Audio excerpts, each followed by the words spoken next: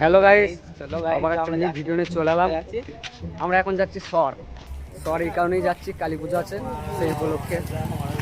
তো এই ভিডিওটিকে মিস করবে না। ইন্টারেস্টিং একটা ভিডিও, লাইক কমেন্ট শেয়ার সেই লেভেলে হতে চলেছে। সব দেখতে থাকো, খালি কত ফোন চুরি হয়, ফোন চুরি হবে, সব কিছু হবে। ভিডিওটা আর কেউ বাঁধা পড়া কি বলে।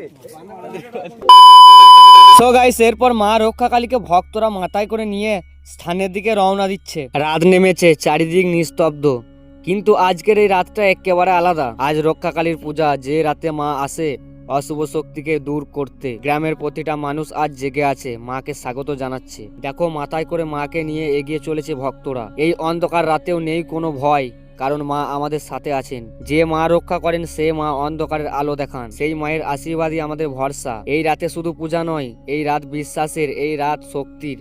চারিদিকে আলো, ধূপের গন্ধ, আর একটাই জয়ধ্বনি, মায়ের নাম। মা রক্ষাকালী, আমাদের সব বিপদ থেকে রক্ষা করো, আমাদের জীবনের শক্তি দাও।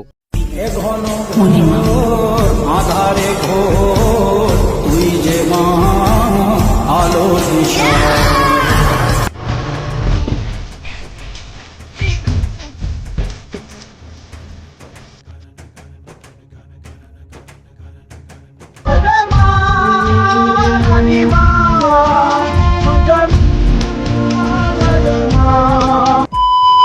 শুরু হয়ে গিয়েছে মা রক্ষাকালীর পূজা। মায়ের মন্দিরের সামনে আজ প্রচন্ড পরিমাণে ভিড়।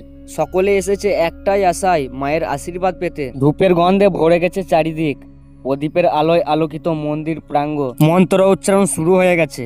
ভক্তদের মনে একটাই প্রার্থনা, মা রক্ষাকালী, আমাদের জীবন থেকে সব অশুভ শক্তি দূর করো।